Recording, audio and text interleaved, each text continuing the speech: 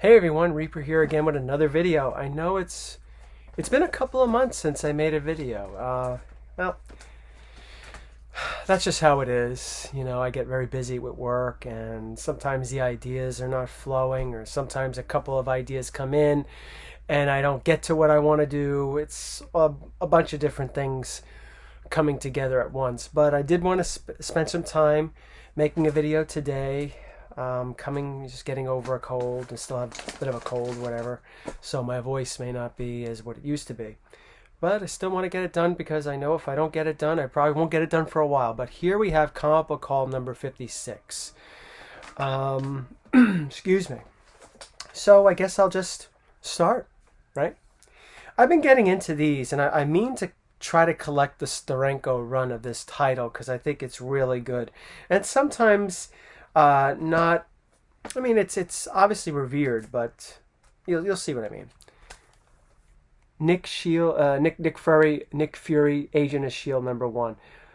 This is a classic cover by Steranko, and I think Steranko did the first 7 or 8 issues of this run, and I would like to get them all.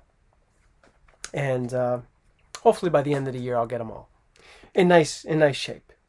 These are like maybe 7.0, 7.5, something like that. Here's number 7. This is a personal favorite of mine. I really like that. What was it that Steranko said that he was trying to do with those covers? German expressionism or something to that effect. I'm not an art historian, so I really don't know too much about it.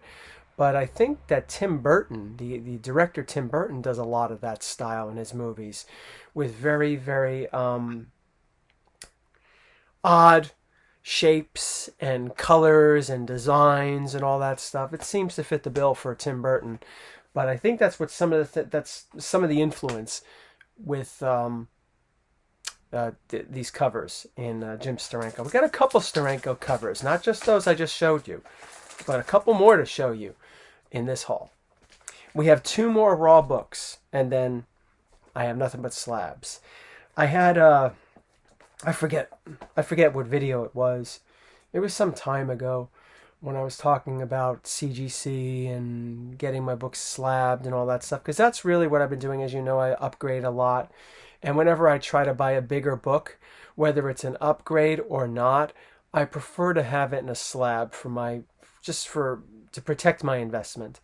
And for other reasons I explained in previous videos when it comes to selling and all that stuff. Maybe I'll get a little into it today, I don't know.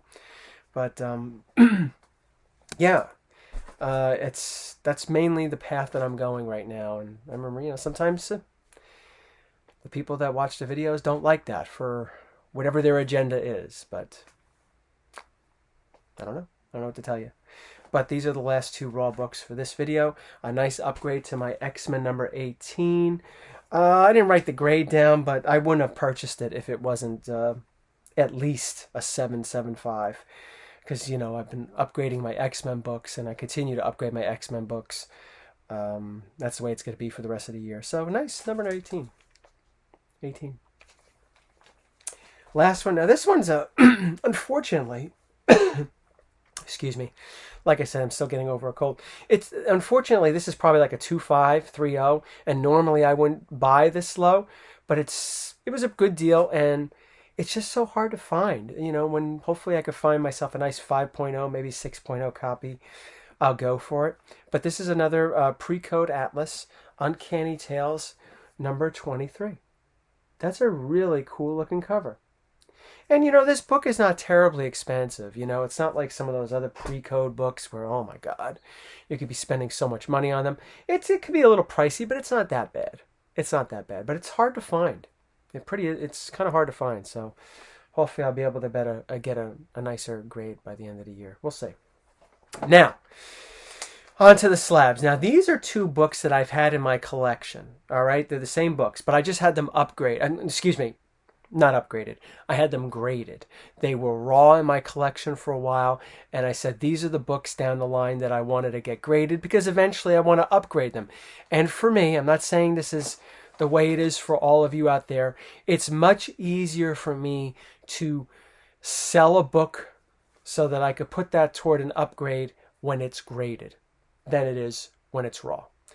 some of my experiences with that is so many times people that are, buying raw books is, oh, I don't like graded, I don't like graded, I don't like graded, all that stuff for whatever reason. They just argue with you endlessly about what they think the grade is. Endlessly. Oh, I think it's this. Oh, what if it has this? What if it has that? That's why I get it graded. And sometimes, from what I gather from comic book store owners, especially the one I talk to, a lot of times customers don't like to buy the graded books because they figure that could possibly be the real grade and they're not going to be able to press anything out. So, people have agendas when it comes to buying raw books. They want to argue with you to get a low price. They think you're desperate. I'm not desperate. But because they think that they're going to press it and then they're going to grade it and get a higher grade. It's a lot of people are like that. And some are generally, they don't like graded books. But anyway, these are 2 books that I'm going to sell down the line when I'm ready to upgrade. So I figured, let me get them in the slabs to get rid of the possibility of resto, so I don't have that endless argument. I had one guy, there was one book I was selling raw, right? And it had a little bit of writing on the front page. And he's like, oh my God, this is restoration. It's like, that's not restoration. Someone wrote their name, I think, in it. And he's like, oh, it's restoration. How is that restoration? How is that restoring anything? Would not hear it, just endlessly. And to avoid that shit, that's why I go grading. It's one of the reasons why I go grading.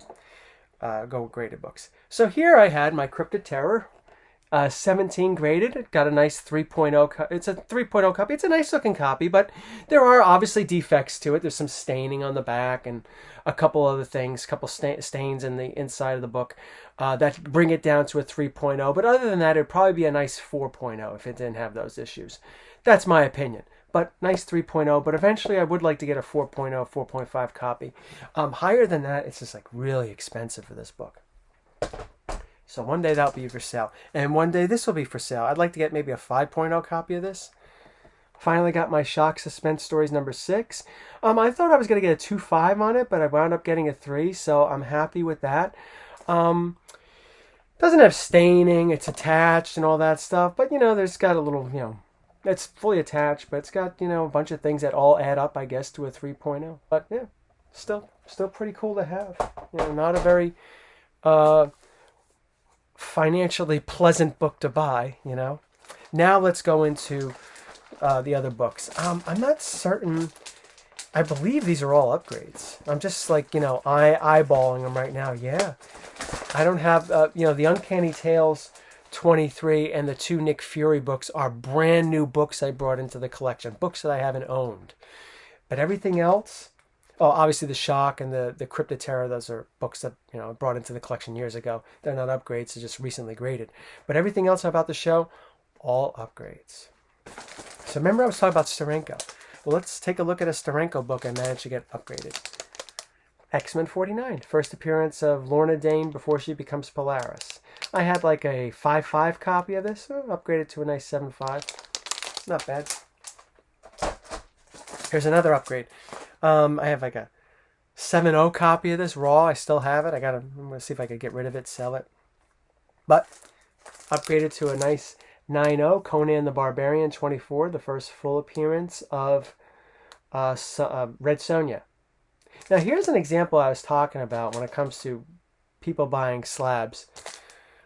Sometimes, according to my local comic book shop guy, and I've seen it happen, where somebody would see an old slab like this, because it's an old label all that time. Not the super old label, but the next label on the old scale.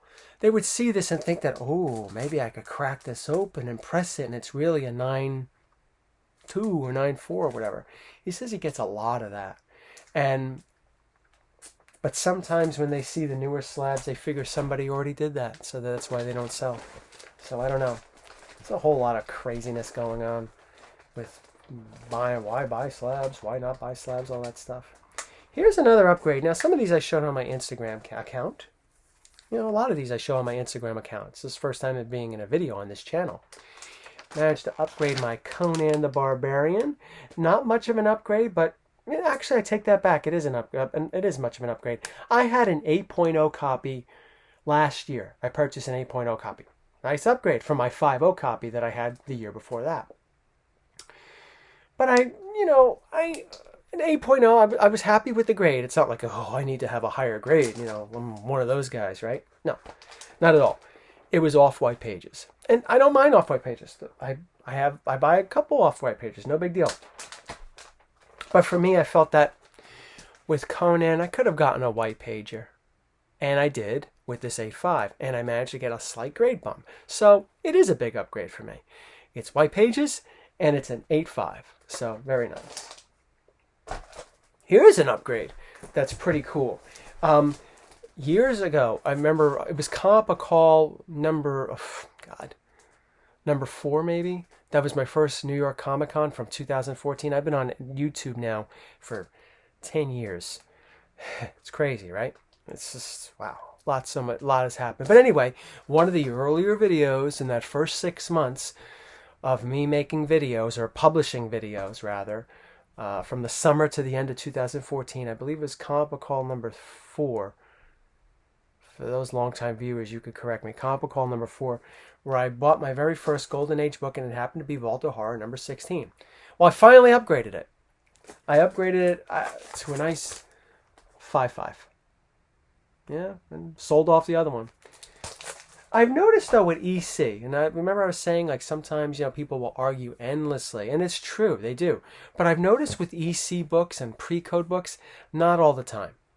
Because a lot of those books are hard to find, and people tend to take your word for it sometimes, unless they're planning to flip it, and then they don't take your word for it. But they sell. They sell. And like I said, that Vault of Horror 16 was, it was raw. But, I be honest with them, and I give them all the pictures that they want, all that stuff. If you're selling and, try to be as honest as you can. Sometimes sellers, I've noticed, and maybe some of you buyers out there, you notice this with some sellers, they overgrade their stuff. They'll take pictures of books that are still in the bags. I mean, what are you thinking? Try to make it easy, set the buyer at ease to let that person know that, hey, this is the real deal. I'm not trying to hide anything. I'm not overgrading. I'm not trying to hide defects. Sometimes with some sellers, I can understand why buyers are cautious. I just don't get them. Don't get them. And a lot of times I don't like to buy raw. Sorry, going on. A lot of times I don't like to buy raw. A lot of times from whether it's sellers or eBay, of course, because people overgrade. It's not like, oh, I'm such a stickler for grading. I'm not. I'm not like some of these old timers that put their value in themselves on how well they grade a comic book and all that stuff. Oh, I'm known for being very strict. Who cares? No one cares. But just try to be as honest as you can, And a lot of times I look at them and I say, my God, how did you get a 7.5 out of this? Again, I'm not a stickler, but it's clearly not a 7.5. Anyway, sorry for the rant. I managed to upgrade this one too. I had a Vault of Horror 37. It was 4.0, teetering between 3.5, 4.0. I didn't like it.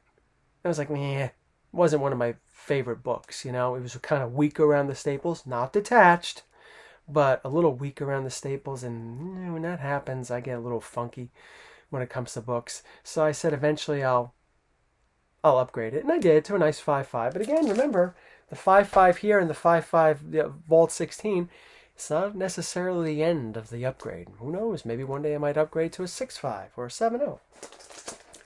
Speaking of 7s and Steranko, I got a couple more books and then I'll let everybody go. I've been rambling on too much. Upgraded the classic Steranko Xmen first appearance of Lorna Dana's Polaris book. Xmen 50, and the first time you see the Xmen logo written like this, which would be a staple in the series for decades, up until this day. Nice 7.5. And it's an off-whiter. Like I said, I have to have white pages. No. Sometimes I like white pages, but a lot of times I like off-white to white. I do have cream, and I will buy cream, but I try to stay away from cream. It's not that there's anything wrong with that, but it's just a preference that I've been getting over the last couple of years. Speaking of white pages, here's a big one. This was on my 2023 list. It was moved to the 2024 want list, and here it is. House of Secrets, number 92, the first appearance of Swamp Thing. I had a 6.5 copy, upgraded it to a 7.5, white pages. Beautiful book. You know, I've noticed that 2014, I keep bringing up that year with the early comic book videos, like the Vault of Horror 16, and a couple other books on my 2024 that some of them were on my 2023 want list. This one included. I originally bought in 2014. X-Men 4, House of Secrets 92, Vault of Horror 16, Batman 232, and on and on and on. A lot of those books are planned or have been upgraded this year, and this is one of them. Yeah. A lot of the 2014 books are being upgraded. A really cool House of Secrets 92. I'm very happy with the grade, very happy with the page quality, very happy with the book, the look of the book. It's not just the number. You know, you have to not only look at the number of the book when you have it in Slabbed, you got to look at the book too, you know? It's like I was saying with that Conan. You know, okay, there's a difference between an 8 and an 8.5, but not that much. You know, you got to like the book. If there's something about the book, even though it's an 8 or a 7.5 or a 5, you know, it's got to go with the book first before the grade. Although the grade is important too. Last book for this video, this was also on my, I think it was on my 2023 list, but it was bumped up to the top spot in 2024 early. You know, I had this for a couple months now, but like I said, I never got around to making this video. Here it is. Daredevil number 1. I had a 2.5 CBCS copy. Every time I think of CBCS, I always think of my local comic book dealer. And one time I had a CBCS book, and he said, "Did you purposely buy a CBCS book?" Hinting that, why would you buy a CBCS book? You know, not to offend the CBCS guys. I didn't, you know, I bought it because I wanted the book. But I also wanted to upgrade it for years. And I managed to upgrade it here to a nice 5.0. Joining that X-Men number 1 5.0. I seem to be going with a lot of 5.0s in some of those early Marvels. I'm not going to be able to do it with all of them. But I'm going to try to do it with a couple more. Try to get in the 5.0 range and see what happens. But anyway, thank you all for watching. I really appreciate you all joining and keeping up with me, even though I haven't been around for a couple months. I'll see if I come up with a couple more videos over the next month. And I'm already on my way with Comic Book Haul number 57. I got a couple that I think you'll like. More upgrades, more from the 2024 want list. So I hope you all have a great day. Take care, and thank you for watching my video. Take care.